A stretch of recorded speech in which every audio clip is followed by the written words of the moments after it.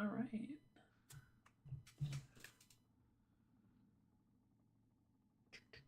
By the way, we're live. Oh, I'm just getting everything ready still. okay.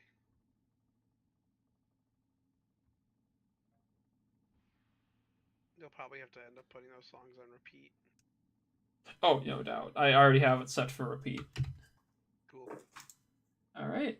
Uh, hello, everyone. Hello. Welcome to We our are debut episode. we are live. We're live in living color. Mm. If you can even fathom that reference. I can. I was alive in the 50s I mean, weren't we all? somewhere. But yeah, welcome everyone to our newest segment of streaming and on Blizz Bizz, our journeys. Uh, Blizz Bizz Journeys, Blizz baby. Bizz journeys, baby.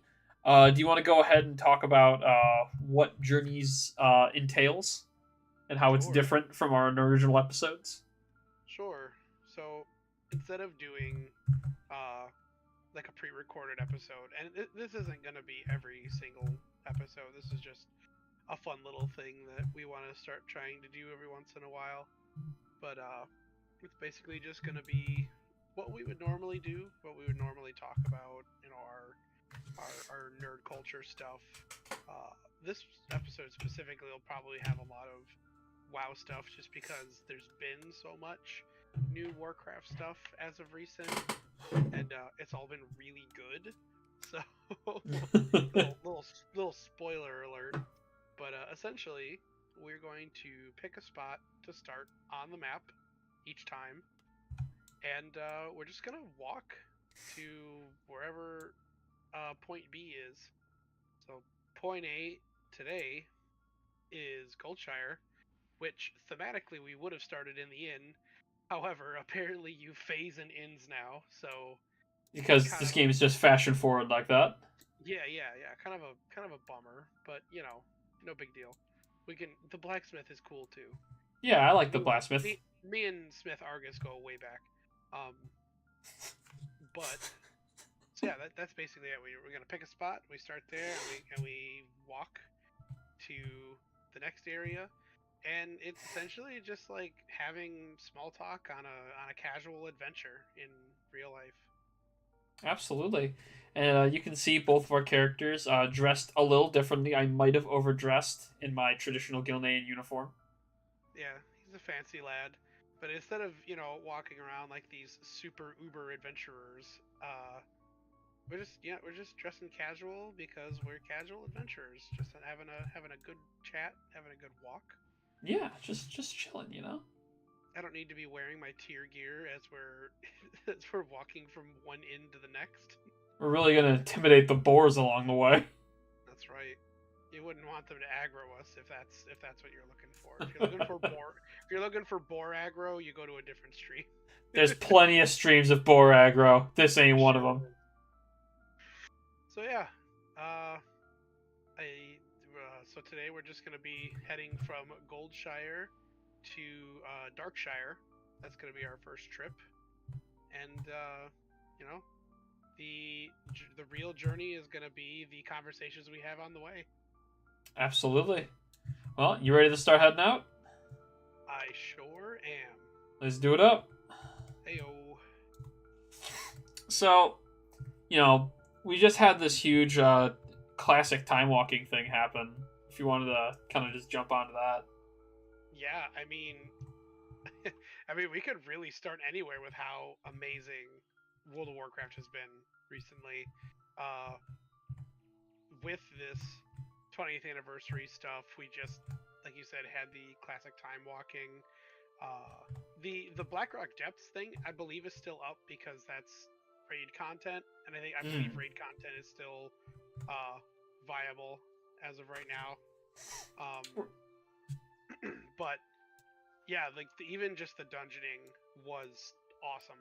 It was so great to go back to all those dungeons that we we do you do the low level content for anyway, but it was nice to see them in their like original forms. So to Right. go through like Dead Mines and have it be Dead Mines instead of having to go like onto our classic characters or our hardcore characters to play that content again, and having it get scaled to the place it was. Like some of those dungeons were pretty brutal, like some of those bosses. Oh yeah. Well, what I really liked about it. I mean, you had mentioned it a bit ago, in the middle of your conversation, where you was like, you get to do like the real Dead Mines or the original Dead Mines. It's a completely different feel playing classic dungeons, even if they have been like skimmed down a lot in terms of mobs, which I do appreciate because we kind of learned that trash mobs are trash mobs and they don't need to be a part of every dungeon. Um, but I do I love you could really see the evolution of WoW just in that one aspect where you're seeing like Dead Mines. I keep bringing it up because it's one of my favorite dungeons, but playing through Dead Mines in the retail version and going through each boss being a much more sort of cohesive thing, but compared to if you did it in classic, where it did feel like these random bunch of hooligans coming together, and then you blow up and you're like, oh my god, it's a ship. It felt so crazy, and you kind of got that same experience just going back in a time walking with it. Yeah, it definitely gave you that sort of feel of man, I've missed this place, especially with characters. So like this warlock that I'm playing, uh, is actually like my main. So I know I know we've had like different characters as our sort of avatars for Blizz Bizz in the past, but this warlock is actually my very first character that I made back in 2005. So uh, it just it just felt right, for this to be, for all this classic era stuff coming back up. That this warlock always ends up somehow becoming my main uh, through every expansion that comes out, and yeah, it just gave me that really cool feeling of man, remember back when I was first doing Dead Mines and how big of a deal it was when you finally got a group together to go do it, and how long you were standing outside in Moonbrook for hours on end waiting for all of your group members to finally get there. It was fantastic, and we all acted like we hate it now, but we don't. We love it. Yeah, it was a good time. I mean, back then, a lot of us were kids or at least young adults that didn't have the responsibilities now to where I can't really stand around for hours on end waiting to get into one dungeon, as opposed to now where we have things like LFG, which it's probably a controversial take, but I enjoy LFG as a casual player who doesn't have a lot of time, so that I can get my content in. I like LFG more than LFR. I think that's a pretty like normal take. I think most Yeah, people I think most people prefer just getting in and out of a dungeon to do the content, or to dungeon grind from level uh, I think it's like 15 to whatever.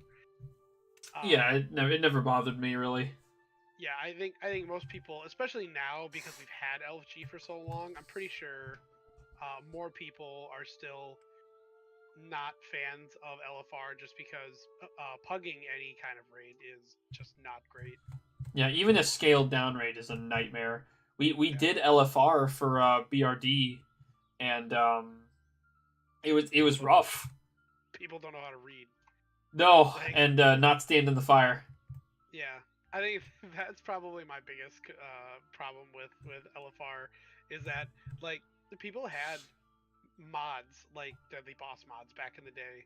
I'm pretty sure that one might still be somewhat relevant, but we have the Adventurer's Guide now, and with that, I mean, we easily can you can just look at any boss and find out what hit you, what completely exploded your health bar, and then just avoid it.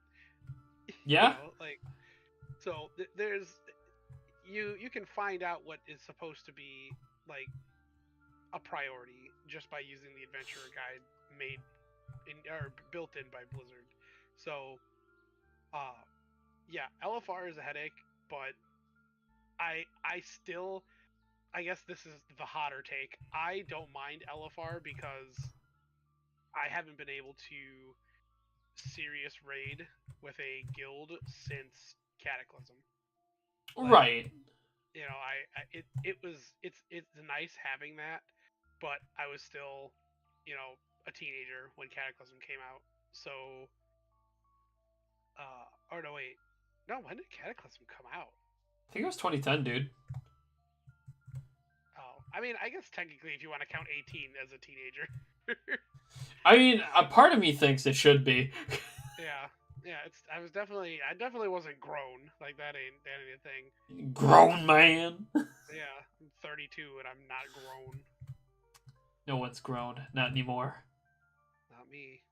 Not enough sunlight. Not enough Facts. food. But yeah, like it's been really awesome, and like we had talked about, like the scaling up of the dungeons was super cool, and like having all of the abilities that, because that was the other thing too for a lot of the previous time walking events that we've done is they actually like took some of your abilities away depending on like what level you were. And I know Final Fantasy did that for a while too, and I think they might still do it.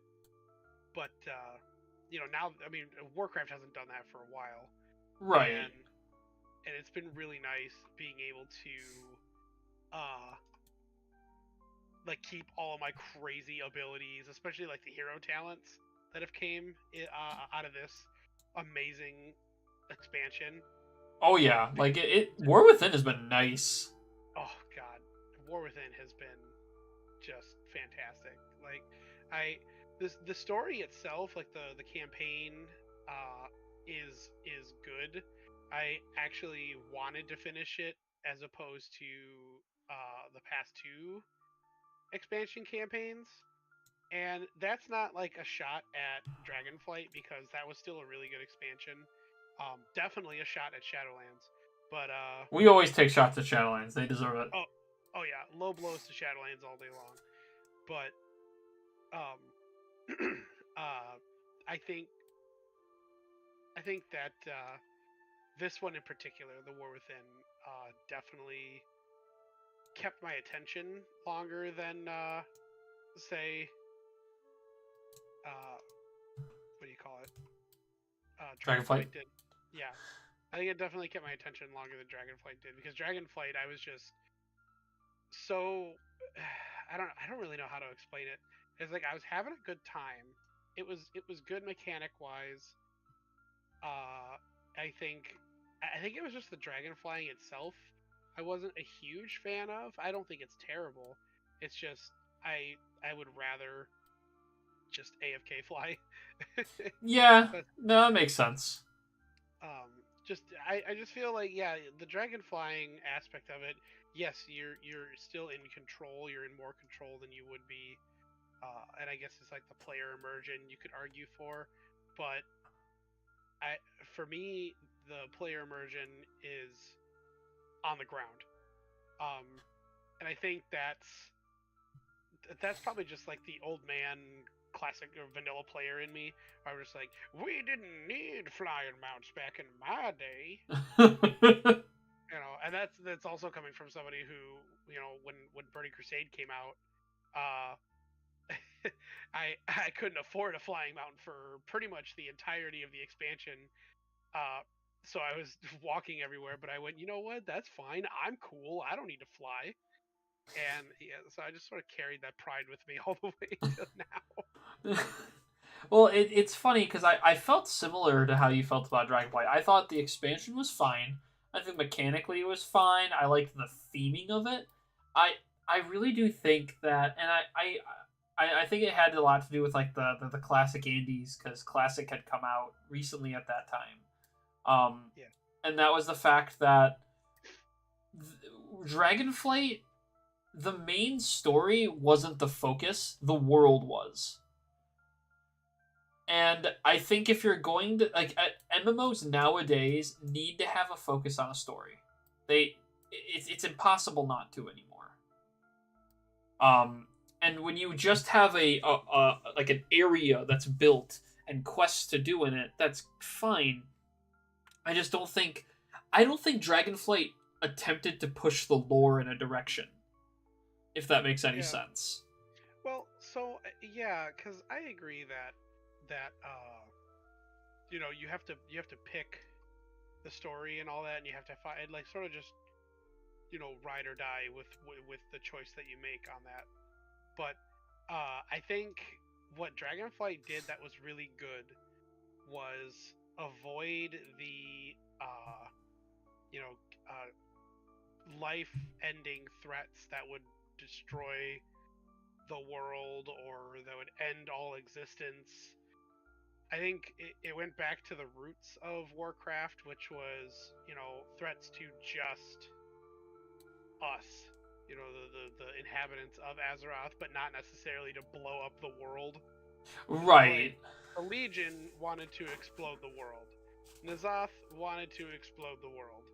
Uh, Zaval wanted to end all existence to save us or something stupid like that. And then we come back to Dragonflight, and it's just a bunch of angry elemental dragons just wanna cook, just wanna cook us all. It's true. Then they proto manned up here, and they're ready to cook. Yeah, exactly. So was it super great? It was okay. Uh, I think it had some decent story hooks, but not like War Within. Like War Within has definitely kept my attention Well, I and think made me want to actually get to level cap before because that was the other thing with Dragonflight is I didn't even get to level cap until the Emerald Dream stuff happened. oh yeah. So it was like, oh, look at all this catch up gear. I guess we can play Warcraft again. Well, and But like, I feel like you had it right on the nose. It had a really nice hook, and then it just like didn't do anything with it. yeah, They had a lot of interesting angles to go with in hindsight.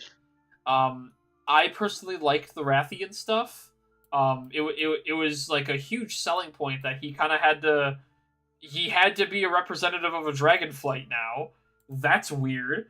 A dragonflight that was like cursed and hated, um, because of Deathwing. And then just the entire idea of the dragons coming back was just it was kind of crazy, and yeah, that hook is cool, but it's also I also kind of get that there's not a lot of places you could really go with it in like as a whole for an expansion without like a major villain like a Garrosh to Mists of Pandaria, where it's like, oh, I can build like 4 expansions off of this guy if I wanted to. right. Well, they tried with Sylvanas, so that didn't work out really well. I Okay. think, yeah, but I mean, I get what you mean though, because say like with this World Soul Saga that Blizzard's doing right now, uh, we're pretty much fully aware that the Void Lords are the bad guys, and we're not going to see actual Void Lords until or like more old gods until probably the final expansion of the World Soul Saga, so the third one. And And I'm cool with that. Like I think yeah, that's how it should be. Like you should escalate it like that. This first major villain, first big bad is Zolototh because we got to tie up the loose ends. And then the second expansion of the World Soul Saga is going to come out, and that's going to have some other threat that will hopefully be another loose end that Azaroth needs tying up, and then it can start leading into the Sargarian sword or whatever that's stabbed in Tanaris because, or not Tanaris, Silithus. Silithus, so that they can wrap up that story because the whole the whole like theme behind the World Soul Saga was the hashtag that sword, because it's been there for how many expansions? It's got to be doing something to the world. Right. And I It think can't just that be is Azeroth's that is wound. yeah, that is when you can start doing the galactic threat that the Void Lords actually are, and then bringing that to uh, Azeroth, bringing that in game, because just doing it for one expansion is a waste of plot. It's a waste of uh, everybody's time, because that was like my thing with Battle for Azeroth, because I love my controversial takes, and here we go. I liked Battle for Azeroth. I thought it was a good expansion until certain things happened, and one of those certain things is being as huge of a lore lover as I am. When they just decided to just make Nazoth a patch villain, I had a problem with that. I said you had this character that you could build up for two whole expansions, or just make an expansion alone for him instead of just a patch. Because technically the main bad guy of Battle for Azeroth was like Sylvanas again, Right.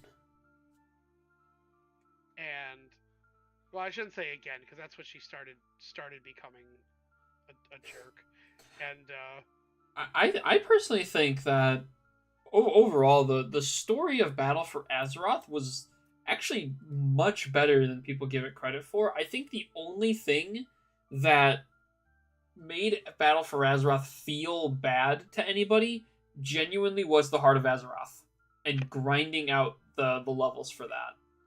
yeah, they tried too hard to redo artifact weapons, Yeah, and I think that was ultimately the downfall. Because you had that problem, you had the problems with Battle for Azeroth, at least within the community, that seemed to be like the running common themes, is that there was just too much to do. A lot of like the dailies and weeklies, I and can agree actually with that. I don't even think they had weeklies yet. They were all just dailies. You had so many chores to do Weren't the on weeklies your the world character. quests though? Like the treasure chest caches you could get those? Yeah, technically it was the world quest. Yeah, it wasn't like now how we have weekly quests instead of dailies. I'm pretty sure that's the new norm. Is instead of doing dailies, you do weeklies, which is a lot less of a chore, because yeah, there still are a good chunk of weeklies, but you don't have to do them every single day. Like if you have one day to play World of Warcraft or 2 days to play World of Warcraft in a week, then you can pick one day to get your weeklies done, and then the other day to play with your friends. Or if you can only play for one day, you pick which weeklies are going to get you the most bang for your buck, and then you play with your friends. So it's just Well, I think it's that's also a problem is the fact that a lot of people aren't even playing World of Warcraft with their friends anymore. yeah, well, I mean that's a product of our time. That that's just that's just the world that we live in right now. Like this game is created to be, or I shouldn't say created, because that would imply back in 2004. But this game has evolved into a game that can be played solo, which at this point in time where MMOs need to innovate like to things like that. Like I don't think World of Warcraft would be as popular as it is still if it didn't have the ability for you to play by yourself, because Oh yeah. there are just a lot of people that it's you could go down a list of reasons why they would rather play by themselves, whether it's they don't have time to jump on and do group content, or they are just like socially scared to talk to new people, or they're chat banned. Or or like, or you know what? God forbid that people just don't want to do group content. Some people like the solo adventure and just right. going through quest text and things like that. Well, yeah, and I mean, there's so much world to be a part of and to explore that it wouldn't surprise me that there's people that are just like, I want to be in this world, and I want to live it, and I want to do it at my own pace.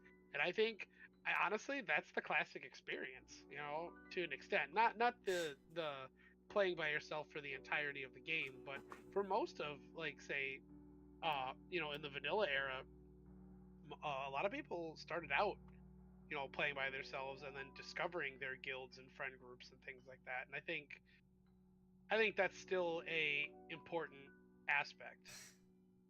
Oh yeah, no doubt. But yeah, so that's what I kind of feel about the current state of Warcraft, is that this expansion is going really well, and the 20th anniversary is phenomenal. I mean, the upgraded tier gear that they have, Beautiful. all the crazy pets that you can get. Yeah, so for the pets, for anyone who hasn't seen, they're actually giving out old BlizzCon pets. Um, like the baby Blizzard, or maybe not BlizzCon, but the old Anniversary anniversary pets. pets.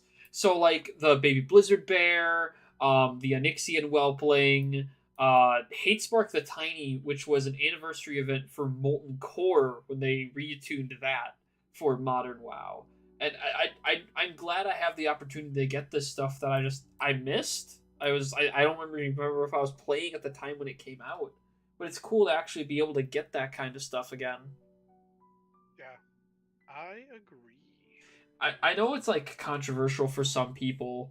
I don't know. You kind of had an experience with this with the allied races, when the allied races change happened, and it was more about just if you complete this story, you unlock this allied race instead of grinding reputation or Right. things of that nature. Or like people who when they re-released Tyrael's Charger, so it wasn't just for people who were there at like the first BlizzCon or whatever. Um, I actually think like that stuff kind of getting re-released or redone is like incredibly awesome. That the dev team's looking at that like, okay, who is nowadays who is going back to grind the reputation for that allied race if you're 3 expansions from now? Probably Yeah. nobody. So I let's mean, change this up. I was butthurt at the time when they did something like that, because I did work my butt off to get all of those allied races and stuff like that. But I look back at it now and I go, what was even the point of me doing that, other than to me saying I did it? Because all I do is make humans anyway. So Literally, that's all you do. You only play humans. I'm at and there's least playing human with a spice. yeah, okay, that's like saying mayonnaise has a spice, but I am a whatever. freaking werewolf too.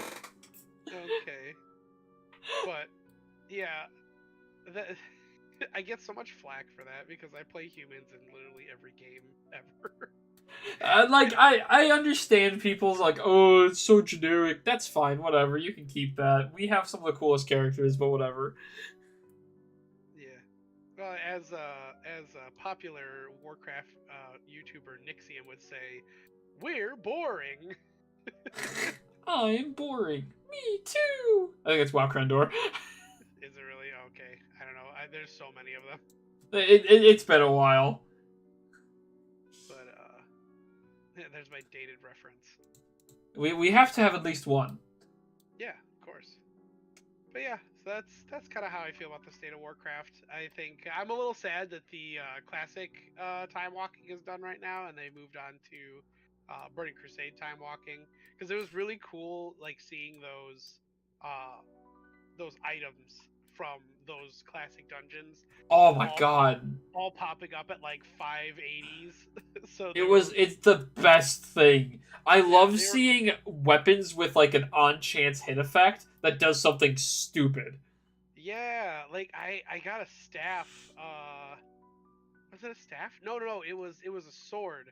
I got it on my warrior as I was leveling, and it was Baron Rivendare's sword, or whoever the current final boss for Strathome is. But it was his sword, and it had a on hit chance effect to life steal.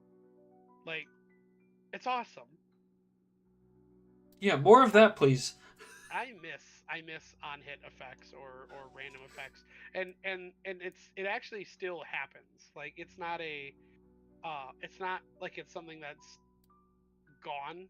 A lot of the times it's usually like a trinket that does it. But there was a staff that I had on this character specifically that had like a chance to like create a lightning storm or something based off of like by casting, like if I critically hit or something like that. So Right. they're still kind of here, but I think I know what you mean though.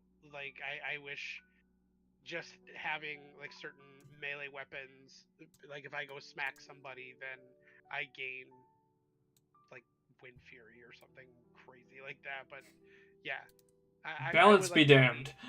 I would like to see more of that kind of stuff, especially like early leveling again too, because people still make twink characters. People still stop leveling at certain points and and and and want to get like the best gear or best in slot. And I Yeah, think and we it's been still that's have been that. something I've been thinking about doing for a while. I had mentioned it like many expansions ago, where I wanted to make a character stop their leveling at a max level and do all the content for that expansion. Could Like be I always fun. thought that was such a cool idea. Yeah, just so that you could say, "Oh, I experienced it. I did it all." And these expansions, like I think some of my friends just kind of don't understand how much you can do in each of these expansions. It's actually kind of wild when you step away from the people who know World of Warcraft and you tell them about World of Warcraft.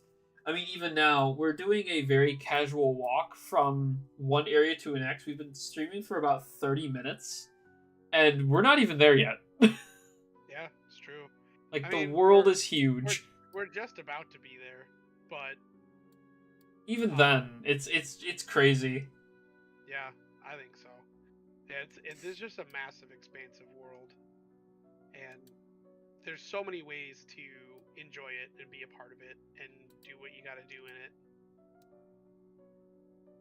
I But can't believe we're almost there. This was interesting. yeah, I think I think we might have to edit our destination because I honestly I must have overestimated or I underestimated our walking potential. I mean, we can just keep walking. I mean, if you're the one that can pull up the map here, if you want to stop real quick. Yeah, no, you know what? I think we'll make our way to. Let's see, where would be a good. That goes right into there. I think we could probably make our way into. Oh, let's say. Okay, here's a crazy idea. You ready to hear this? Yeah, hit me with it. Uh, Hit me with it. we're making our way all the way to Thelzamar and Lochmoden. We're gonna stop at that All right, I bet, man. I'm down. inn. So we're gonna make our way through here. We're gonna walk through Red Ridge. We're gonna walk through Burning Steps. We're gonna walk through oh boy, what is that?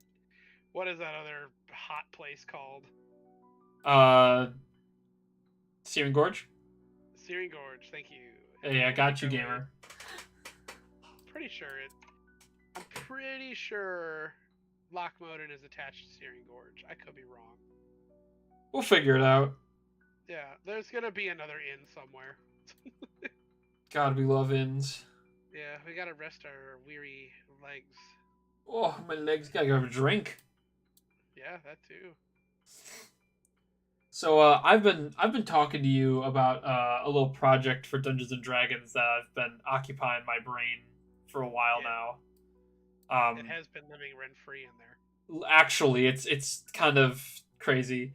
Um, it was your suggestion that I talk about it on stream. Um, I've been slowly, more like conceptually coming up with the ideas for Dungeons and Dragons boss fights based off of legendary and mythical Pokemon. Because I play Pokemon every week, at least once a week. It's probably more now, but I play it at least once a week because me and my friends do a bunch of bets and we do challenges with each other.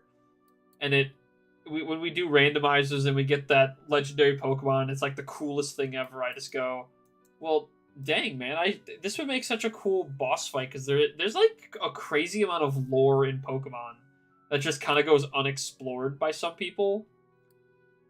Probably by most. Well, exactly, and I mean it's hidden behind a lot of walls of text and in things that you're not going to press to progress the game, like in books. Like I just learned more about the Lake Trio mythology today, the Uxie, Mesprit, and Azelf, and Sure. not only what they represent, which is knowledge, emotion, and willpower, but they also have this mythology that they were born not only from they were born of a single egg, so they're just like triplets of a single egg, meant to like push back against a crazy Dialga and Palkia. Man. So they are actually like incredibly strong in the lore, pushing back against something like that. But I've been slowly working towards that. I had the idea for Deoxys's fight, where as a reaction he changes forms, which drastically changes stats and has effects that way. I talked to you about the Reggie's battle that you kind of helped me narrow down with like more environmental change in battle. Yeah. Giratina I talked to you about too, where it's also plays a little bit of a fact in how I wanted to do the Arceus fight, where if Giratina uses distorted magic, or the representation of Giratina, however it would be presented in this game, in this boss fight, you would only be able to use a type of magical damage once against him before this distortion magic makes him immune. Whereas with Arceus, it's the same thing, but it's more about being creative with your attack. So you can't use an attack that has been made. You have to get creative with your moves and use combinations of things to hit him with something he hasn't seen before. Yeah. It's a neat concept. And this is all concept. Yeah, like especially with that Arceus one, like when you say you have to hit him with combinations of stuff, you're really gonna have to the rule of cool is gonna have to flex pretty hard in that one for you to create something that he hasn't seen yet. Absolutely. And then like I said, I it's not like I have these down like this is what's gonna happen. It's mainly been like just a fun exercise for me to see how creative I can get with a boss fight to make it cool, fair, and interesting and different from each other. Yeah, I mean, so speaking as a dungeon master myself, they don't always have to be fair because player characters are incredibly powerful, and sometimes it's not fair to the dungeon master. So it's true. It's true. So you know what? Occasionally, I might give counterspell to my character that didn't originally have counterspell, or I might give them the passive for Rakshasas if you're not familiar with that. I'm actually not. What is that? They are unaffected by all spells that are under 6th level. Holy crap! Yeah, so just all spells that aren't cast at the 6th level they're completely immune to it. It just doesn't hurt them, doesn't phase them. That's kind of crazy. But this has been like a fun little exercise. I've been very happy to have occupy my brain space. I also get really inspired by listening to certain remixes of the legendary Pokemon's theme songs, because some of them, oh my god, like standing ovation for some of those battle themes. They are so good. Music is always like a huge inspiration for when I need to come up with something for Dungeons and Dragons. Yeah, I was trying to think of some stuff for the I was thinking of some stuff earlier today while I was at work for the legendary birds, and then in my mind just immediately kept thinking back to the Pokemon 2000 movie. I mean, it's a good movie. It's not only a good movie. What a fine campaign that could make. That's true. The only downside is that you have to pick one chosen one, and that's usually a no-no in the eyes of dungeon masters. There can be no chosen one. Only we can save ourselves. Thanks, Illidan. Thanks, Illidan. OG. My man.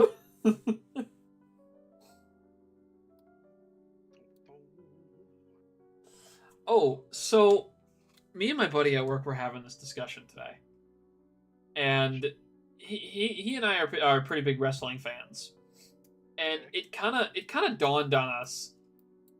The Mattel, the company that makes the action figures and everything, they're not doing well, and they are getting carried by the fact that wrestling figures sell above any other toy they make.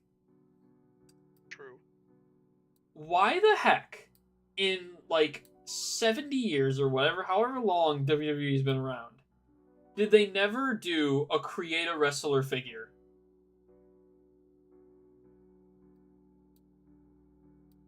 In a day and age where where the 2K video games allow you to create intricate storylines with your created wrestler, I would gladly pay like $60-$70 to have my wrestler as an action figure. Yeah, I mean that would be kind of cool. You know, they could take all the data archived from those games because it's all stored in like cloud servers. So you just pull that data and be like, "Yep, that's the guy I want as an action figure." And then they just ship it to you. And you can overprice the crap out of that, and I'd still buy it because it'd be a unique action figure. That's my wrestler. And if you want it, they could even do it because my buddy I was talking to is like an old head wrestling fan.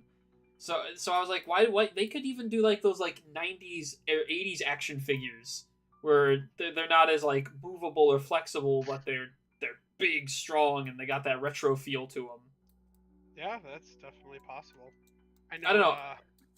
I think back to like when we used to play with the old wrestling toys that we had, and like just the crazy dumb stuff that we would do with them because we were also like Dragon Ball Z nerds back then. So we would I remember specifically the Kevin Nash one that we had where like anytime that he was about to lose, I would lift the plastic mold that was his hair in, above his head, and he would go like Super Saiyan.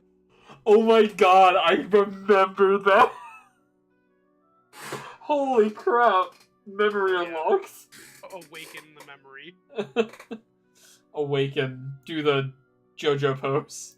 Or like we had Stone Cold Steve Austin with his like skull vest or whatever, and we'd take that off when he got into serious mode. Oh my god. I remember specifically at one point when I was still like dicking around with the toys, I had a base.exe figure. And he was super anime, like moveset wise, because again, Dragon Ball Z had. And I don't know if you remember his signature move, the broken leg bomber. I do remember the broken leg bomber.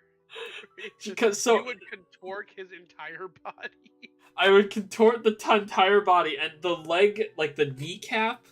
I'm trying to describe it, but the kneecap was like bendable in both ways. So I bent it upward towards his stomach, and he'd do like a leg drop. And I called it the broken leg bomber. And it was supposed to be the most devastating move ever. Oh yeah. I think at the time too, like and this might just be an assumption, but the reason we were totally okay with moves like that is because we were also watching Ultimate Muscle and playing Legends vs. New Generation on the GameCube. Oh God, what a game! Yeah, and there's a lot of contorting and just super flashy JoJo style moves in Ultimate Muscle. Oh my god, did you watch the freaking Tombstone pile driver that Wally Tuskett delivers? That's nasty. Yeah. It's also the most normal looking move in the entire show. And that should tell you something. Yeah, it's It should very tell you, telling. watch Ultimate Muscle. It's a great show. Oh my god. Good time.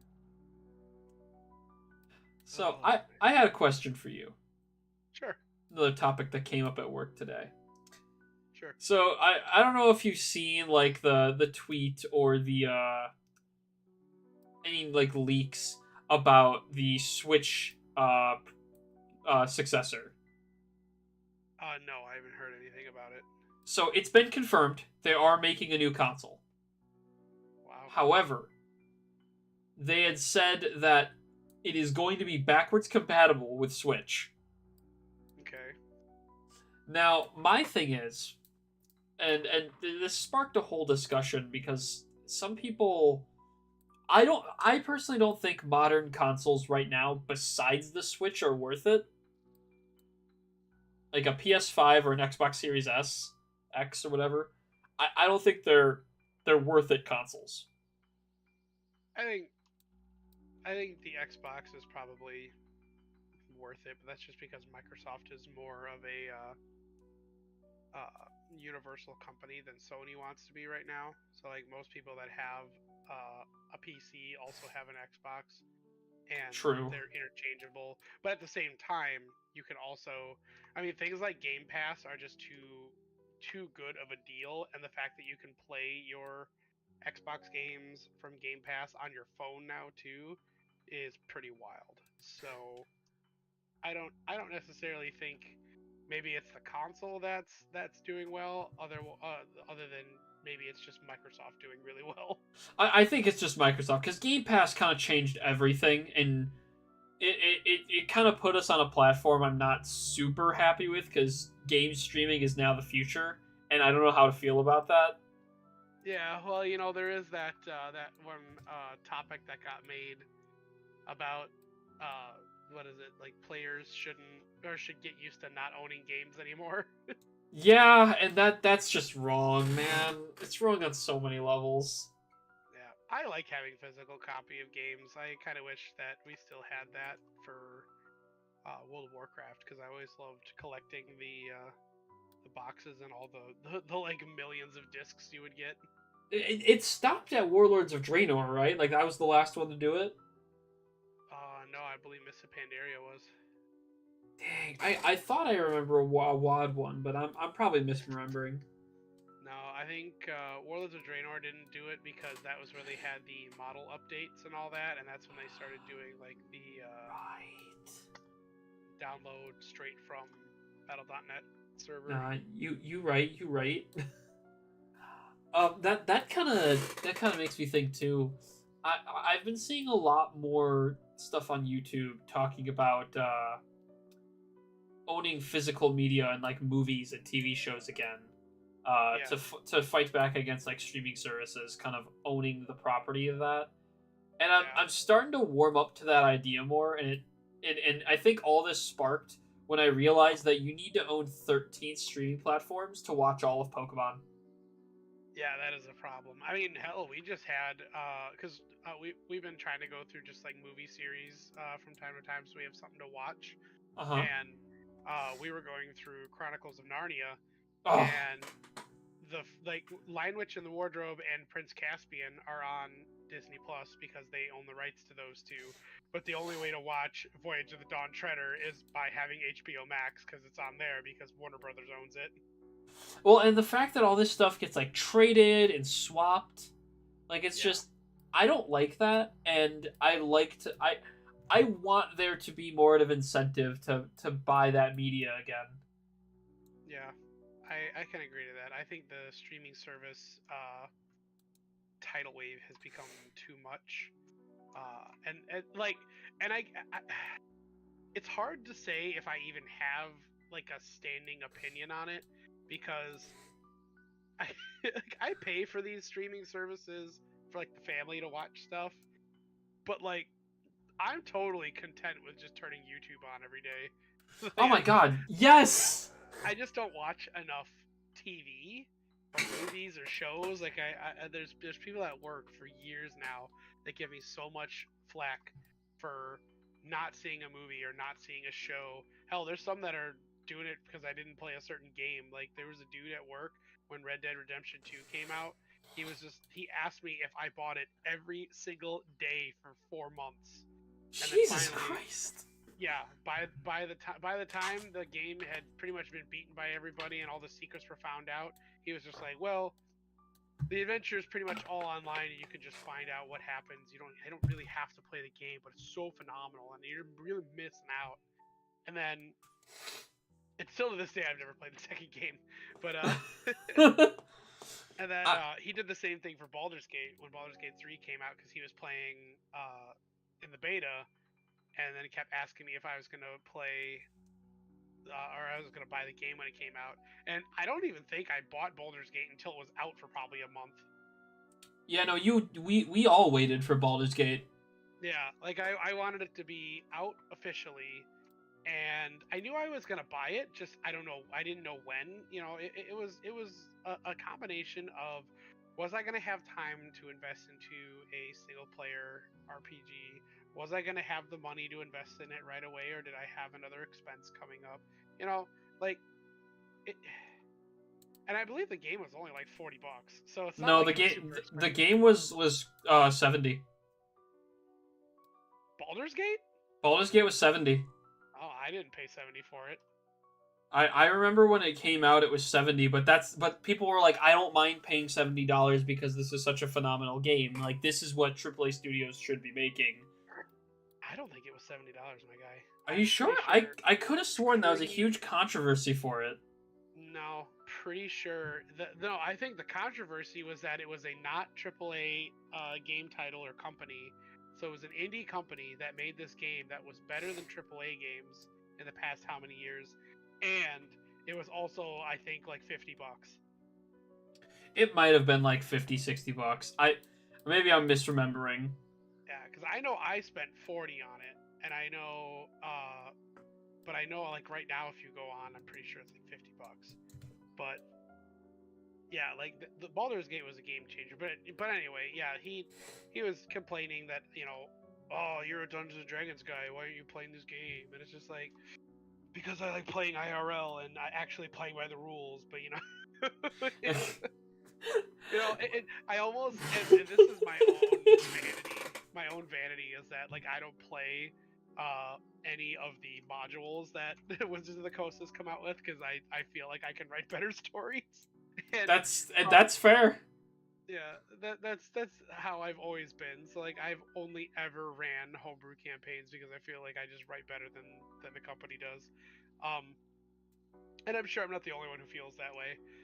Uh, but that was kind of the thing for Baldur's Gate too. So when I was going through it for the first time, going through the story and all that, I had another guy at work who was playing that was just like, oh yeah, this game's great. The story's really cool, and this character is amazing. And then I would see all these things, and I would go, this character is poorly written. I'm sorry that you think that this character is good, but they're not. They're predictable and generic, and let's move on with our lives. Yeah, I hope this guy doesn't try to rob us. we're fine. We got a pretty intimidating aura, you know. Yeah.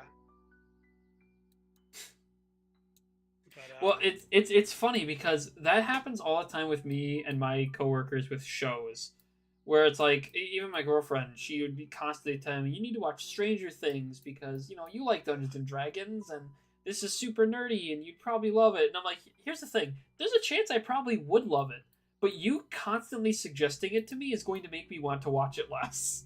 yeah, well, that's the thing too. Is like I get where people are coming from, in a general stance, and people, uh, like listening to this too, whether it's live or after the recording's over, but like when it comes to people suggesting to watch shows just because, like on face value, people are like, oh yeah, watch Stranger Things because you play Dungeons and Dragons.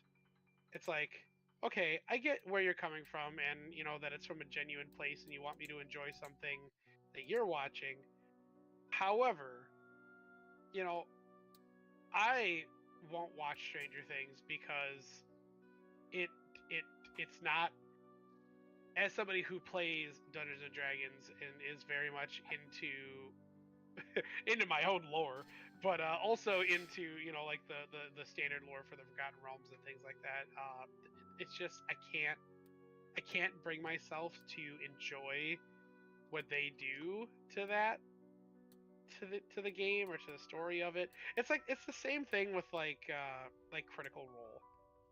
Like Critical Role and Vox Machina have been so, I know they're like the same thing, but like those things were so explosive that it's just like I'm glad that games like Dungeons and Dragons and Pathfinder are getting the kind of attention that they deserve. However, it's just it's played in a controlled environment with professional actors that it's going to create an ideal or an idea of the game that people who aren't playing the game, and this is an old argument too, like people going like, bro, it's making terrible things happen at my table because it's people that don't actually want to play the game, and like and there's plenty of things that have done that over the years that weren't just Critical Role and Baldur's Gate, but because those are the most recent ones, that's the easy issue to point out. It's very Yeah. similar to like when Skyrim came out and every action adventure RPG tried to be Skyrim, and it's just like, slow down. Oh god, I miss those days when Skyrim was on top and not a meme. I mean, I miss the days of Oblivion being awesome, but I was also in middle school, so Here's the thing. Oblivion was always awesome. Oh yeah, it still is. It's still the best Elder Scrolls game. Well, now hold on. Hold on a sec. Go on. I can't agree with that. Purely on the fact. Yeah, no, is this Burning Steps or is this Searing Gorge? Burning Steps. Oh, nice. Man, Burning Steps is very red. Yeah, well, that's what happens when how many hundreds of years ago when Ragnaros was summoned and exploded the place. God, imagine if someone tried to summon Ragnaros again. Couldn't be me. They'd be a nerd. Yeah, I wouldn't want to be a nerd. That'd be a fate worse than death. So we haven't actually talked about the subject in a while, but do you have any like Warhammer projects going on? Kinda. Thoughts? Kinda. So, I've been, and you were kind of on my journey with this for a while, because I wanted to do something with my Slaves to Darkness, for a while, and the GW models are beautiful. There's no argument against that. But I'm not paying the price because I'm on a GW boycott until something is done about their price gouging, which it never will be, so I'm never buying a GW product ever again. Yeah. I mean, I think just the age of 3D printing that we live in makes it to where, you can, because GW sculpts are beautiful. Like, a lot of their sculpts are just gorgeous. They look great. They're thematic. Yes, do they come out with a stinker every once in a while? Yeah, so does every company that releases a product. Yeah, heard of Shadowlands? I know, and we had to deal with that for like a year and a half. But yeah, but their sculpts are beautiful, and I will never take that away from Games Workshop. But I just think that the way that 3D printing is nowadays, and how beautiful you can get for sculpts out of those now, and how affordable 3D printing is, I just think that's the way to go. Like I'm not here anymore to basically be like, whoa, Games Workshop this and Games Workshop that. You know, like there's plenty. I have evolved into my final form, which is the "it is what it is" guy, and and That's growing up as you become it is what it is. Yeah, exactly, and like Games Workshop is gonna do what they're gonna do, and I hope that they thrive and do what they got to do to continue to be a good company, um, or to continue to be a successful company, and hopefully start treating, just like with every company, I want them to treat their fan base, with dignity and appreciate them.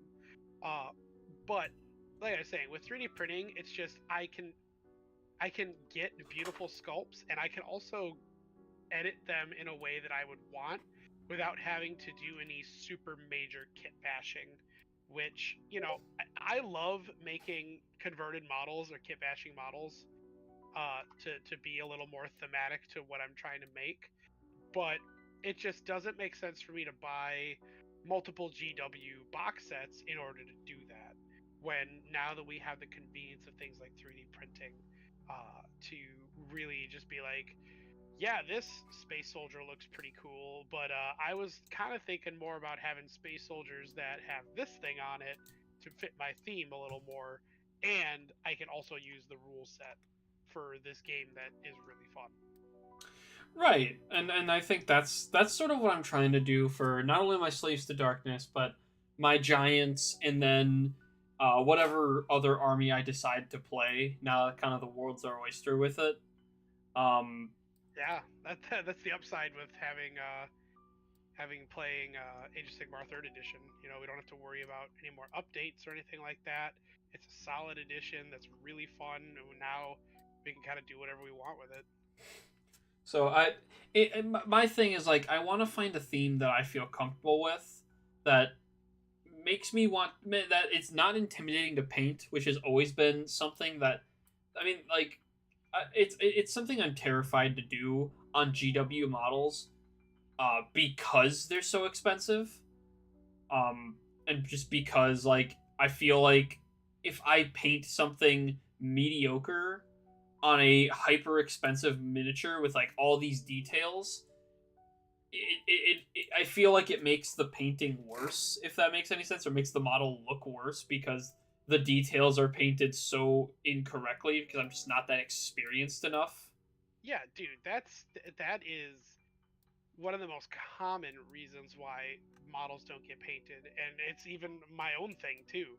Like I used to paint relatively well for, like, it took me years to get there. I've never been on the level of some of our friends. Like some of our No, friends, their painting skills are just at an unreachable limit at this undescribable. point. They are amazing. Yeah, and I have some of the models that they've painted, and I look at it and I go, man, I can only imagine like how good they are now, because I look at this and I'm like, this is amazing. And so yeah, I totally get that. But my painting, and even I like to think that I was at least an average painter, back when I was painting like my Tyranids, and when I was painting my orcs. Chaos. Like, yeah, or painting. Well, not really my chaos, because I never, like, when I painted my chaos back in the day, I was still really young. Hey man, don't forget how people really liked your Darleth. That's true. They really did like my Demon Prince. The guy that I sold it to also was like, "This is an amazing model." So that was what? Sorry, slightly unrated. I really want that Darleth model again. Oh, the classic one. Yeah, it's so cool. There's a what? I know the current Demon Prince you can make a little more Darlethy, but there is a 3D print on one of the guys that I follow on Etsy that has a classic Darleth just posed a little different. He looks more, I believe the model is stripped straight from Dawn of War. Oh, that's awesome. Yeah. So it's pretty impressive. I'll have to send it to you. But those are kind of my thoughts right now on, at least on the Age of Sigmar path. Yeah. I was looking at stuff for like 40k, just a little bit. Yeah. Not a whole lot, just because I've always liked Warhammer more as a concept than anything else. I get into the games. I think I don't think I'm as knowledgeable as I ever could be. Like I'm not as knowledgeable as like peak seventh. Oh, Um, sure. Yeah. Peak seventh, was like where I knew all the rules. You could literally ask anything, and I'd be like, "That's it. This is the thing." you could tell me the page number of where that's written, like back in Yeah. seventh. I mean, that was back when I was able to, like, I had knowledge of all the codices too, so it was like I already know what your thing does. You don't have to tell Exactly. me. And so I don't think I'm on that level yet. I don't know if I ever will be even remotely close to that level again. I don't think either one of us will be that way. I mean, I feel like I can be that way with third edition Age of Sigmar to an extent because uh, we've just been playing it for a couple of years now.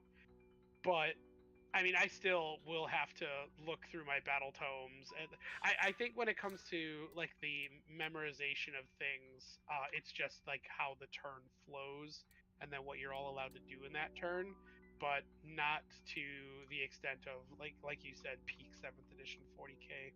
And when it comes to 10th edition 40k, it's a lot of fun, but I'll never be at that level with 10th edition 40k. No, because in both 40k and Sigmar, there's just so much to remember. Yeah, I believe it's more mainstreamed than seventh edition. Like because there's a lot to remember in that too. Especially when it comes to like phases.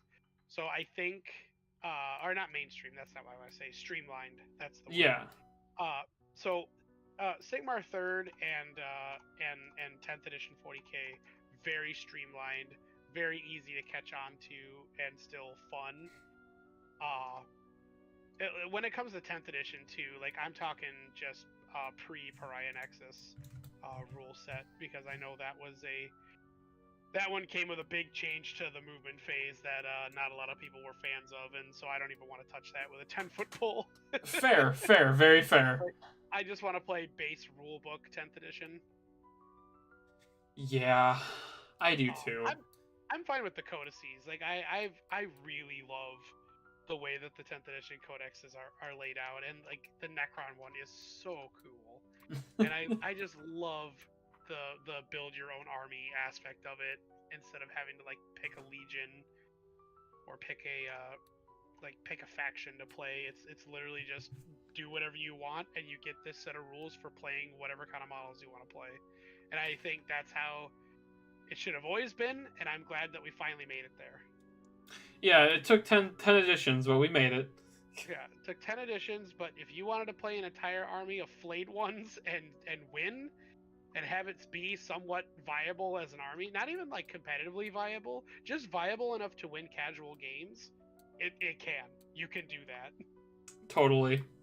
I think for 40k right now, I know I was like looking towards Tau and looking towards some of the Kroot to make an allied Tau army where it's just like a little bit of regular Tau forces, but mainly Kroot and Vespids.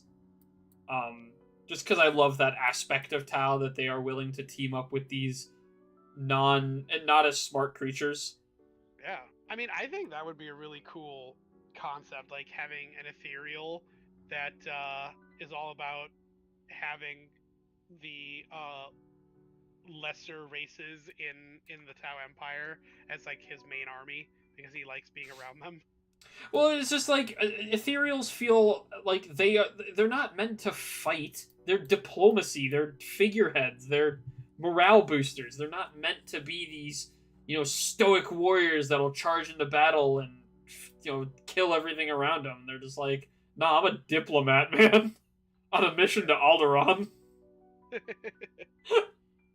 But it makes sense, that would be the best kind of leader to have for an army like that, for to have all of the different alien races, and you can even have some fire warrior squads in there, and then slap some Guavessas in it, and just have some humans. Yeah, why not? No, that's what you want as a leader. That's what the town needs as a leader, a politician. A bureaucrat. I mean, they're more like spiritual leaders, if I anything. know. Like they're like if the Pope decided to lead the U.S. military. That could be But funny. that could be very funny. But that's what I've been mainly kind of looking at is like models to kind of represent that. For my giants, I know I had the concept of getting multiple different like kinds and like elementals of giants and having those represent the small and the large gargants. Ooh. Hold up. You might be hitting a bit of a lag spike here, folks. There we go. I saw you walking in place. I'm like, uh-oh. I saw you walking in place. we just walking in place, man. We walking. Yeah. But yeah, like the elemental different types of giants is what I've been looking at towards them. Are you still dead set on that, or are you open to other concepts? I'm open to other concepts just because like I don't know the giant the GW giant models are fine. They are fine looking miniatures. But I think in this aspect, I don't think GW does as good a job as 3D printers can. Yeah. You're talking just like the Ale Guzzler giants? Yeah, just like the Ale Guzzlers or like the Gargants or the mini Gargants and things like that. I don't think they do as good of a job as the 3D printing sculptures can. Yeah, I think I don't think they've updated that model. I think it's the same one from, the 80s. I think it's the same model. Well, no, because even like it's kind of the same, but even like the King Trud, is that his name? Oh, King Broad. King Broad, and all the Mega Gargants there, like they're fine miniatures. I don't think they're the best looking. Yeah. I think they look good for what they are. Because I mean, you gotta realize like a giant is just a tall naked guy for the most part. They in the lore that they've created for them, it's very much just giants. Like they're just giant humanoid people. It's not like say like in the Forgotten Realms where all the giants are associated with like an element or whatever their environment entails. It's definitely not something like that, but that is a fun theme, if you wanted to go that route. Right, and I just think that, if I'm not going to be 100% following the GW lore, and if I just wanted to have a cool army that's represented on this tabletop by this game, I think that I should be allowed to, and I think that would be a neat concept to have. Yeah, you are allowed to do it. Like that's the beauty of it. I was just saying like I was giving an excuse for why the models look like that. That's all it was. I wasn't saying like you can't do that. You're allowed to have fun. Yeah, how dare you try to have fun, Alex? Yeah. I mean, like when my entire armies from now on are all pretty much gonna be 3D printed. So like,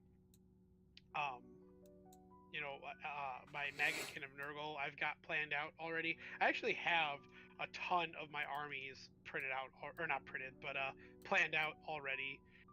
So it's just a matter of when I have the closet space for them, and when I can clean up a little bit. It's not really a matter of time or money. It's just a matter of I need to make the space for that kind of stuff. Right. And, but I've got it all planned out. I've got tons of models saved on Etsy right now. I've got a 3D printing business that me and my buddy are trying to kickstart right now, but we really got to start working out the kinks on how to actually run the 3D printer. But yeah, I mean everything is pretty much going to be prints at this point. I just ordered a couple weeks ago, or it was probably like a week and a half ago. I had ordered the rest of my Troggoth army because I absolutely love King Trug and all of the Troggoths that you're allowed to play in the what is it called? The Gloomspite Gits battle tome or faction. Yeah. And yeah, I needed a ton of rock gut trogs, and I had gotten a box. I had gotten that that Dawnbringer box with King Trug in it, and that one came. I mean, I bought that years ago, but I had gotten that. I say years ago, like it was probably last year. But It was probably something around that time. yeah, Might have I been think it was earlier this year. Yeah, I think it was last year when I bought it because I was with Shane at the time, because he was building up his Fire Slayers. But yeah, so I I bought that box, and that box came with Trug and 6 Rockgut Trogs, and the army that I had set also has I believe there's let's see, 6, 12. There's 18 Rockgut Trogs because there's 3 units of 6, and I had already had 6, so I had to buy 6 more, or sorry, not 6 more, but 12. Yeah, 12. I had to buy 12 more, Mm-hmm. and through financial decisions, if I had done that through Games Workshop, each of those box sets are like $55. Oh. You know what I mean? Like, so it would have cost me $60 after taxes to get 3 guys, and we're talking probably close to $400 I would have spent just on the Rockgut Troggoths alone. And then I also needed 2 Dankhold Trog bosses, I believe is what they're called. Mm-hmm. And those guys are like $80 for one guy through GW. And that's the stupid part too, because it's like my Gargants, where I'm probably gonna have like 2, sometimes 3, depending on the point cost, Mega Gargants, and those are like $160 each. Yeah, exactly. And you know, as nice as the sculpt looks, you know, like you said, you could get a printed sculpt that looks that has more character to it.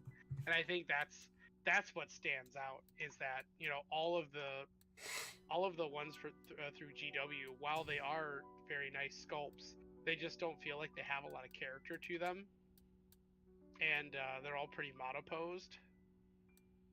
Not that a print is going to be not monoposed, but you can at least get it posed in a way that speaks to you a little more. You know, and I think I love that you said that the personality um of these miniatures, because I feel that is kind of lacking in modern GW miniatures for the most part. Yeah, I think Age of Sigmar has been doing really good with keeping the personality in their sculpts. 40K as of recent, not as much. But I think that has a lot to do with like the new additions. Probably the new additions, and I don't know. I remember a time where we got so much personality because someone had a raised chainsword, and that gave them like a life of personality just with that, because every other basic marine was just that bolter to the chest sort of look. Yeah. And I think when we got more dynamic with that, with just the regular marines, I think that might have affected the personality of sergeants and individual characters. I actually agree with that. You know, with all of the dynamic posing that a lot of models get now when it comes to just your generic units, it makes it so that it's hard to point out who the sergeant of that squad is. You know, unless you painted them, obviously. But you know, for even if you painted them, you know, the generic chapter color or whatever, I feel like it would still be a little bit difficult to like point out who the sergeant is. And you know, it's not that it's a bad thing. It's just that I don't know. It feels like it ruins the specialness of people posed differently. Um, but I don't know. I think that's just something that's like the par of the course with the time zone, or not time zone, but like the times that we live in. Yeah, it's a product of the time, and while I still think it is very much viable, I do see the argument of, well, why can't we just have these guys be more dynamic? Why can't we have everyone be more dynamically posed? Right. Like I know the argument. There are things I'll concede on that with, but I just think that there was more personality back then because there was less personality for the most part. Yeah, it's one of those. If everybody's dynamic, then nobody's special, or if everybody's Exactly. special, then nobody's special. Exactly. But to finish my thought, because I kind of veered off on a left turn. Yeah, I didn't help. That's okay. But yeah, yeah, it would have cost me $60 per unit, and I needed 12 to finish off the 18 trolls or trogs, and then I needed to buy 2 Dankold trog bosses, which were, as I established, like $85 per model. Mm-hmm. So it would be 60 times 4 kits plus $80 twice. It was what I would have needed to do, and then put all the models together once I got them. That'd be $325 before taxes. Yes. So, I didn't do that. I found an Etsy seller that was making proxy models for Trogoths, and they look amazing. And he also made like Trog boss models too, and yeah, like I bought the 4 units that I needed, along with the 2 Trog bosses. Do you want to take a guess at how much it cost me? $60? Oh no, it was more than that, but it definitely isn't as significant as $400. Wasn't it like $120 or something? So yeah, after sales tax, it was 115. Wow. Yeah. Does that include the shipping or? Shipping was free. Oh, that's gross. Yep. And it arrived a week and a half later, and they are beautiful. Oh, they're so gorgeous. Beautiful. Yeah. They just need they didn't come with bases, so I bought some. I'm gonna be buying some bases here soon, and this guy buying bases instead of printing them, cringe. I suppose I could print them, but I have to, back where we got to give credit where credit is due. GW bases are the goat. They are very good. Yeah, like I have to give them credit on their bases. They are the goat of bases. Yeah, in trying other bases and other ways people have been using bases, the GW one has always been the one that feels like it always sticks, like some of these other ones where they'll slip off too much, or then the cement glue doesn't work, but the GW ones, it's that perfect fit. Yeah, it's super universal, super moldable, doesn't snap. I mean, you really got to try hard to break GW brand bases. True. So. And I'll still never buy from them. I'll find an alternative, but because I don't mind buying the bases because I think all in all it was going to cost me like $20 to get all the bases that I need. Which that is a decent price for the product that I'm getting. Oh yeah, absolutely. I didn't go above $50 for bases, so I can't complain. Well, I can. That's why you have me. I'll complain for you. Cool, thanks. Thanks, I didn't ask you to. Because I looked at like Etsy sellers for bases also, because I was like, well, I could just do it this way. But it all ended up. I think I would have saved like $2 doing it through an Etsy seller. So yeah, it's not worth it. I'll just get it straight from the sauce. Yeah, thanks. I got you, buddy. I was gonna say some really like dumb stuff, so thanks for catching that. Hey, walking for an hour and a half, we never even took a break. I get it. Yeah, it's all good. But so yeah, that's where I'm sitting right now for Age of Sigmar. Is I just finished up my, I guess technically I would. Oh boy,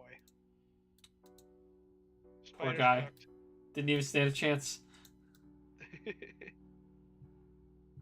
Ah, um, you're good. but I accidentally brought up my menu. Can't have that. you ruined it. Um, but yeah, so I finished my Trogoth army for the most part. The list that I have built has a rabble rouser in it too, but I don't think I'll ever use them. I think it's just I was just trying to fill out a point slot. Yeah, that's fair. Like this is for the Trogs, man. I'm here for the big boys, big smash. Big smash go kaboom, you know? Yeah. But yeah, I do have a couple of other armies laid out for Age of Sigmar at some point. I'm very excited for my Maggotkin of Nurgle at some point. My Skaven at some point also will be very cool because it's thematically, uh, or it's thematically built to resemble the followers and army of a lore character from the end times because I think he's awesome. I love And that. yeah, but that'll come in due time as well. That one I'll probably end up printing a lot myself because I need a lot of rat boys. Like it is a very horde army, and I don't want to give even an Etsy seller that much money, so I think I'll just print it myself. Yeah, screw you, Etsy sellers. And your beautiful miniatures. Yeah. As for 40K, um, not too much traction. Like I have the thoughts of starting Alpha Legion at some point. Yes. Because I really love their rule set for 10th edition. So whenever I pick that codex up, it'll probably be a while before that happens. But that's kind of really all I've been looking for at 40K. I was thinking about doing Carcharodons, but I don't know if I need another Space Marine faction. That's fair. You I know, don't know. as cool as Tyberos the Red Wake is, I just don't need another Space Marine army. No, I get you. I like my Space Marines right now. When I have a more clearer vision of what I'm gonna do with them, it's gonna be way better. Yeah. Space Marines have so many options; it's kind of hard to just nail down something like that. Oh yeah, totally. But no, I understand that. Like I'm good with Space Marines. I don't know if I'd want another Space Marines besides maybe I had the thought, and it was a very brief thought of 1,000 Suns army. Oh yeah, I've been there too, my guy. Because I would like to be able to utilize my Magnus a little bit more. Yeah, I mean he's a pretty cool miniature. Yeah, he's an amazing miniature. And I do have in my favorites on my Etsy profile. There's a guy that prints out really cool looking Rubik Marines. Like, oh man, do they look good? They really emphasize the sort of Egyptian theme to them, and Good. I love that. There's actually a Nagash model that to go back to there's actually a Nagash model that I wanted to purchase as well because oh my god, I think it looks 100 times better than normal Gash. Really, that's surprising. The Nagash model that 40K has, or that GW has, is actually quite amazing in my opinion. Yeah, I mean it looks good. Don't get me wrong, but like this one is pretty crazy. Pretty cuckoo chew. You wanna set up camp and have a little snack? Sure. Where is the? Ugh. Put down the cooking fire here. Here we go. And then Got some snacks over here. Ooh, nice, nice. Oh, We there we go. love snacks. Loving snacks here. Um, yeah, I don't know. I know once I'm like closer to you, we're gonna be playing a lot more. Oh yeah, for sure. I think I that's kind of like ruining a lot of my motivation to like use my headspace for it. Is just I have no one to play with or even like hobby with down here. yeah, and that's honestly that's a hobby killer because that's I have that too. You know, like because I love all of these things, but my problem is that I don't have anybody to do these things with. You know, luckily one of my hobbies is World of Warcraft, and that's online and everybody can jump on at some point. But man, I really do miss like I just want to play Warhammer all the time because I just don't get to play ever, and I have all these ideas for like Path to Glory and fun little narrative missions and and all these armies that I'm still continuing to build, and I think that's just what it is. It's like I'll put a lot more effort into it once I have somebody that actually wants to actively play with me all the time. Oh man, And it's dude, not. when I move closer to you, we're doing a path to glory. That's gonna be amazing to do. Oh yeah, it's happening, and it's not. And I want to reiterate a little bit. It's not that I don't have friends that want to play. I have a couple of friends that are eager to want to play too. It's just that our outside of work lives have a hard time lining up. So that also makes it difficult as well. It's the same thing with like Dungeons and Dragons. Like we haven't been able to play Dungeons and Dragons in a long time. Yeah. like a long time. Just and a lot of that is my own fault after we had a baby, so a lot of my time after I come home from work and especially my weekends is just being dad. So Yeah, take that. Try having a kid when you're trying to play Dungeons and Dragons. What's up with you? yeah, I know. At least when it comes to Baldur's Gate, I can play that with one hand. Take that as you will. As you normally do. um, but yeah, I can usually like hold the baby in one hand and just like click the mouse and play some Baldur's Gate. Well, I remember our early nights with the baby where we would talk on Discord for a bit, but then we just ended up playing Hearthstone for the rest of the night. Yeah, yeah. Which as bad as Hearthstone has become, like it's a shadow of what the game used to be. At least it's always there to be a nice little time killer, or like when we don't have anything better to do. And we still have fun with it is the crazy part. Well, yeah, because we make stupid decks. Are you talking crap about my banana Shutterwalk deck? It's amazing. It is, yeah, it is amazing. But I know how you feel though about like just like not having anyone. We talked about this, but like me with Yu-Gi-Oh, I'm a huge avid Yu-Gi-Oh player. I still buy cards today and try to build decks, and nobody wants to play with me. I can't even go to local game stores and have them play with me. Yeah, that's the other hard part too. Like especially with Warhammer, is that there are no local game stores around this area, so it's like I would have to drive an hour or so to the city just to play. And yeah, I guess if I really was like I had to play or I'm going to die, I would do it. But I'm not gonna die because I'm not playing. I'm just gonna be bummed, and I can get over being bummed. Yeah, I can and just go make I go make spaghetti, and I'm not bummed anymore. I mean, who's bummed with spaghetti in front of you? Come on now. What I'm saying.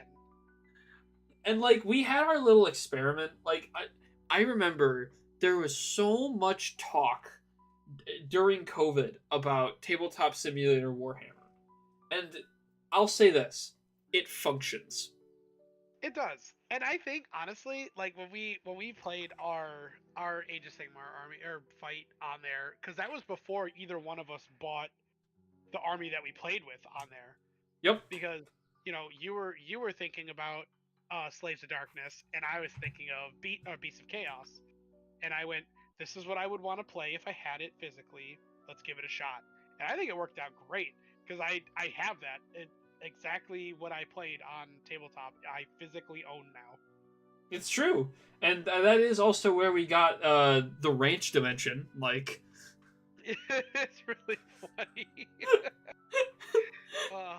Even though Tabletop Simulator cheats for Alex, he's just mad because he keeps getting ones. I just keep winning. I don't know what to tell you. Well, you know what they say. Let's go gambling. Let's go gambling. Oh, dang it. Oh, fire's out. Fires out. You want me to start another? Nah, I think I'm ready to stretch my legs again. All right. I think we're almost there. Let's rock and roll. We're getting there. Oh, that's right, because we're not stopping here. We're stopping at the in Dunborough, right? Yeah. Gotcha. Nobody rewinded when I said Thalsamar. Yeah, no one rewind. I genuinely, I kind of forgot, and I thought we were just gonna keep walking until we decided to stop. Nope. Now we're going to Karanos. All right, we're going to Karanos. Okay. You're not gonna hear me complain. So I've been bitten by a bug recently, Chris, and I don't know if it's a good thing. You should go to a doctor. I should. It's growing a huge bump on my leg now. I have a welt. But I've been going on a bit of a nostalgia trip for the 360 era of gaming. Good era. And I wanted to play something I had never really given a good shot at. Okay. And so as I was going through everything, and as I watched a recent YouTube video from a creator named Ranton, he reviewed every single Call of Duty campaign. And I said, I'm going to give one of these games a shot because it looks really good. So I bought it was like $8 at a used game store I normally go to in my area. It was a Call of Duty World at War. I am not a big Call of Duty guy. I've barely played any of the games. It's not really my type of game. But I feel like I'm missing out on some sort of amazing gunplay. Because there's just not a lot of FPSs that, like, get me, you know? That, like, hook me right away. Yeah. So I'm hoping this is like a... Wow, I missed out on so much, and now I'm going through, like, the 360 era Call of Duties where I'm playing, like, Modern Warfare 1 and 2. I'll boot up Black Ops and have a great time. Like... I mean, I could have recommended you some good, like, story-driven shooters. You probably could have. Because, like, I mean, the first one, as soon as you said you were looking to, like, dive deep into the world of this shooter, the very first game that comes up into my mind is Killzone. Oh, I don't have a PS3. You don't need it. You need a PS2. Oh, right. Oh, God, I love it. I remember playing Killzone with you a lot and then watching you play the campaign. Yeah, Killzone is... Oh, God. Killzone 1 is amazing. We're a fan of Killzone 2? No, I didn't say that. I'm just saying Killzone 1 was really good. Like, I think they're all really good in their own aspects. So are you looking like specifically for first-person shooters or just shooters in general? Specifically first-person, because in terms of other types of shooters, I'm getting into Gears of War trilogy and going through that again. Oh, love Gears of War. Since I haven't touched those games since for like 8 years. Are you playing on PC or are you playing on 360? I'm paying on 360, gamer. I'm buying the original version.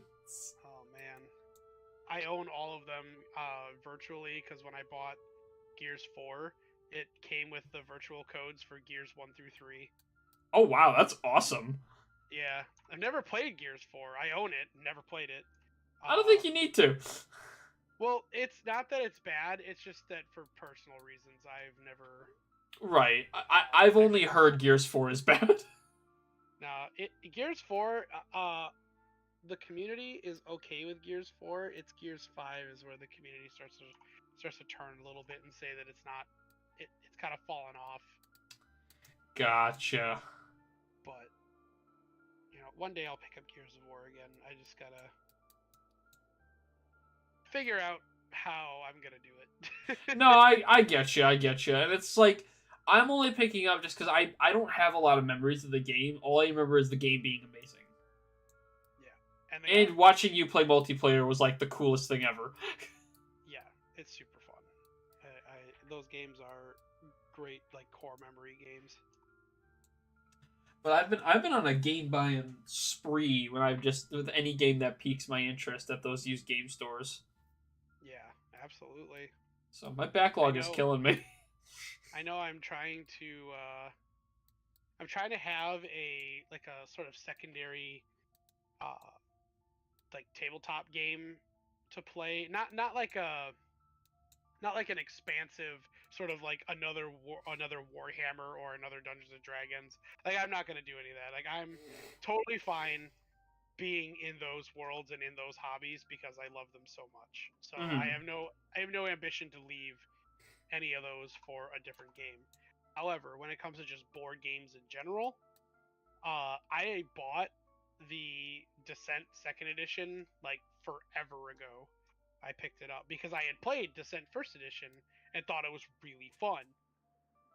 That's the version that had a game master. They don't have that version anymore because Second Edition made it so that you play against the game itself. So the game runs on auto, and essentially the problem that I have with it is that the game is mostly played within the app now. So it's like everything on the board is basically just for aesthetics. Like you move your character in the app, the enemies move in the app rolls your dice for you, the app does like literally everything. And there's ways to play it still physically.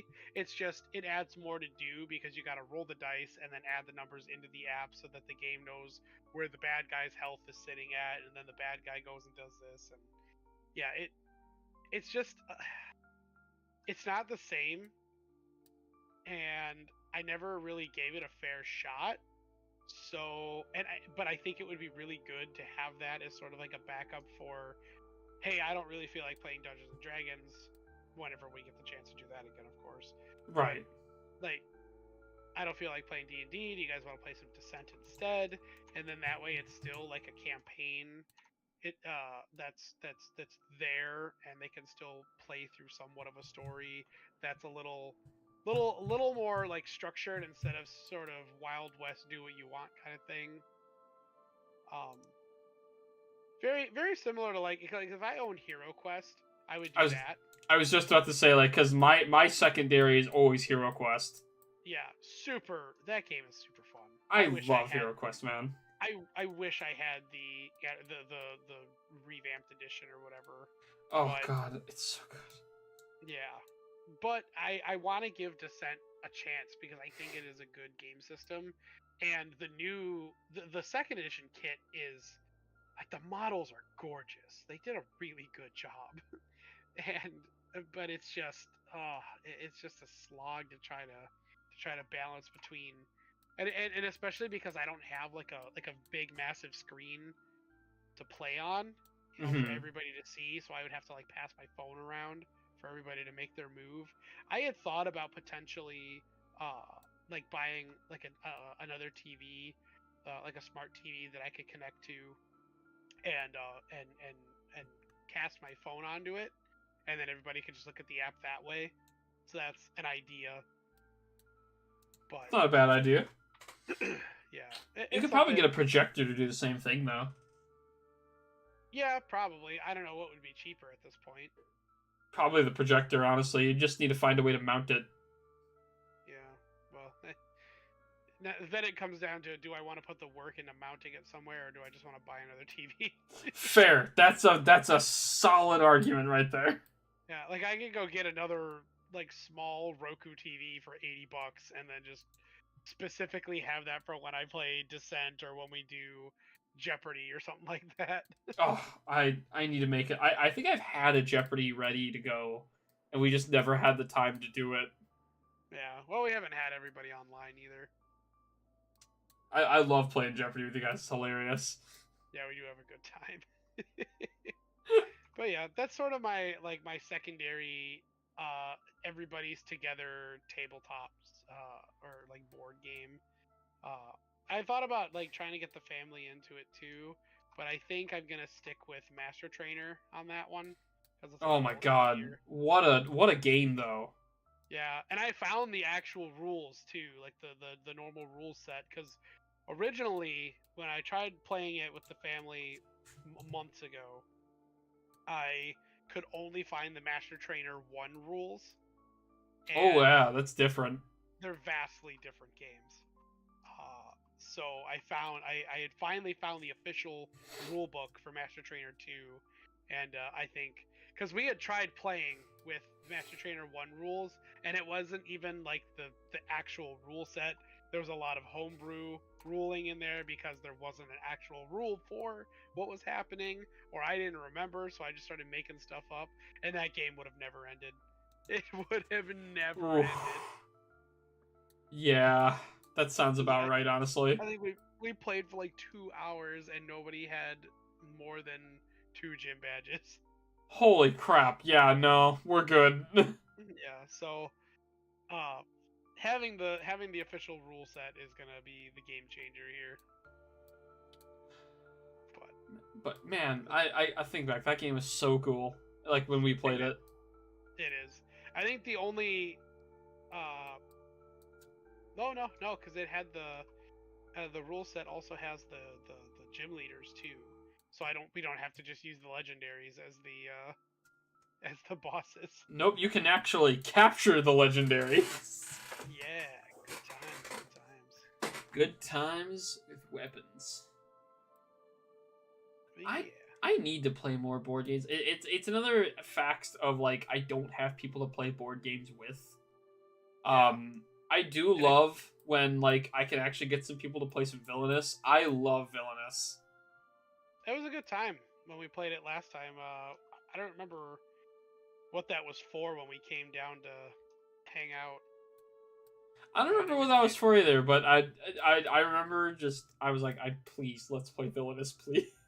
Yeah, all I knew is I got to play Horn King and I didn't care. I was like, this is great.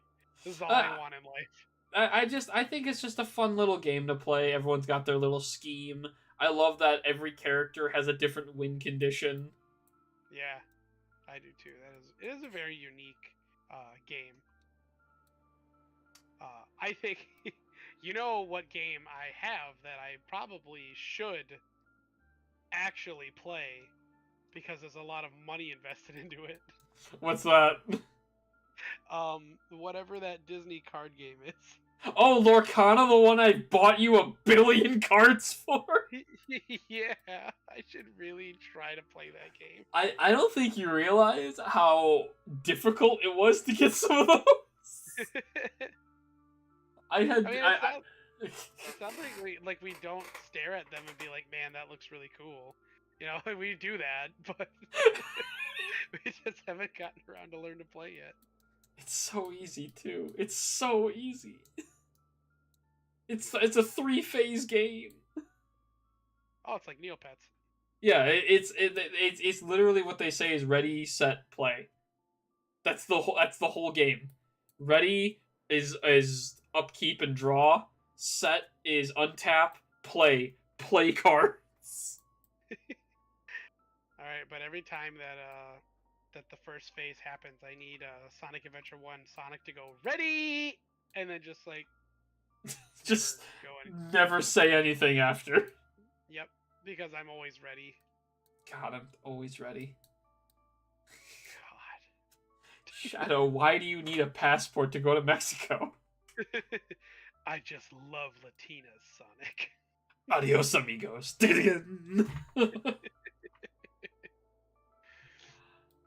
Oh, Jesus. I have a friend at work that has never played Sonic Adventure 2, and I've been on their butt about it for like a month. I know we just talked about people like that, but Sonic Adventure 2 is required. Oh yeah, for sure.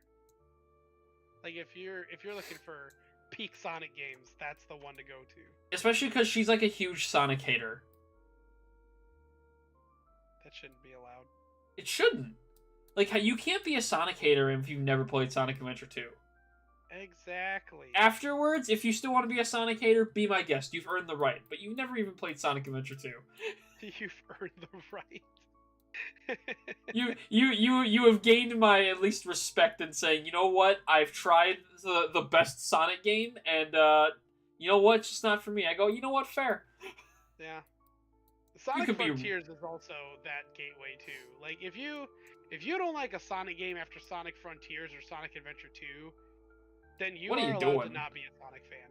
Yes, exactly. Those games are amazing. So good. They really are. But you were about to say something before I rudely interrupted you with Sonic. Yeah, you did. But but I was gonna say it. When it comes to like games that, because you're saying like playing like board games and stuff. Have you ever heard of? This is actually a funny joke that I just made there, but you don't know the context, so it's not funny to you, but it's funny to me. Okay. Have you ever heard of the game called Echoes? I've not. Okay, so they are small little box games. Like, and I kid you not, the box is the size of like a Pokemon structure deck box. Oh, jeez. And it is an app that you download for the game Echoes. It's for the whatever company makes it. I think it's like Raven something. Okay. But the game is each game has its own theme. So like I have 2 Echoes games, and they're all mysteries.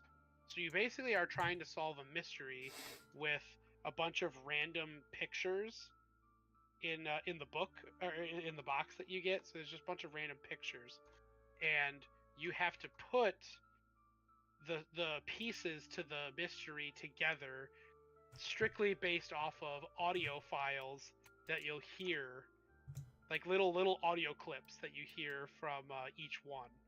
So like, say you get you have your 5 pictures, because there's 2 rounds, and you have to correctly put together the first story, and then you have to correctly put together the second story, and then it gives you the entire story, and it's like an 8-minute long story of how this happened. So like, the first one was about some young girl who was like a ballerina, and you had to find out how she died, because it was like the very first clip that you hear before you have to start putting the clips together is these officers walking into a room, and there's a dead girl in it, and so you have to try to like piece together the story. And once you put everything together on the first part, it's like, okay, so this is who our main story, or our prime suspect is. This is who our victim is. And then you get to the second part, and it's like, okay, this is how it actually happened. It turns out it wasn't murder, it was an accident, or it turns out it was actually murder and not an accident. And then you get to hear like the whole story. It's kind of like a journey. It's very interesting. And the time frame for the game, they say, is usually half an hour to an hour. That's not bad for a game length. Yeah. It sounds kind of interesting. It's definitely a puzzle solver. Yeah, I mean, it's one of those games where it's like, once you play it, you know, you're gonna have to wait a long time so you can forget what goes where, because it's definitely very much a one shot. Like, once you finish it, you pretty much know what you're doing. But yeah, like they have so many renditions of the game, and each box is only like $7, so it's like It's not It like you're reminds me spending. of those top secret like case solving games where it's like you'll buy them. It's this whole investigation you and a team do, and then once you solve it, you're like, well, I can never do this again because I know all the answers. Yeah, pretty much. But it's so interesting because like I said, it's all audio based. Like that's why it's called echoes, because it's you're not looking or reading any of the information. You literally have to take these audio clips and listen to the environment and to the breathing and the voices and the sounds of the like where they're at and what they're doing, if they're like shuffling or falling or scooting. Like all that is important to trying to put everything together. Huh. Yeah, it's Yeah, very that it is sounds very kind of neat. yeah. So that's just something that you could always try every once in a while. Like if you go to that place in Sheboygan, I can't remember what it's called. That one game store that you like going to. Oh, Freak Toys? No, no, the other one. The other one.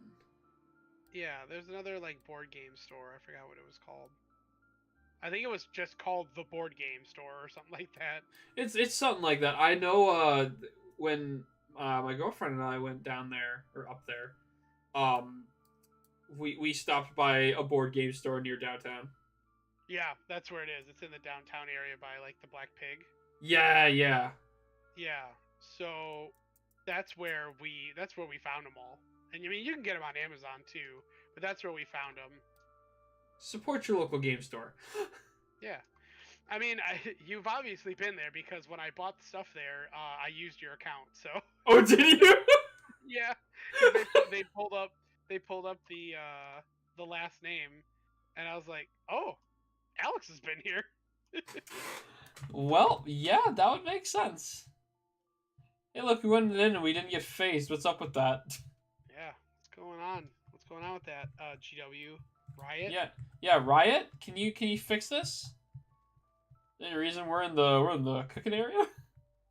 I like food. Hungry? I'm gonna go get a drink.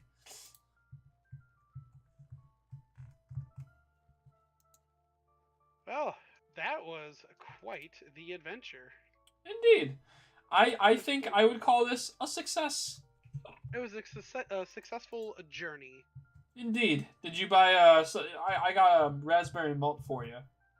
Oh, A thanks, Rhapsody man. malt. Let me trade it to you. I don't know why I call it a raspberry. That's not what that says. We like raspberries. We like raspberries here. All right. All right, well, Can I get a toast? yeah, absolutely. Cheers to our first successful launch to Blizz Bizz journey, and hopefully more fun journeys and chit chats to be had as time goes on. Absolutely.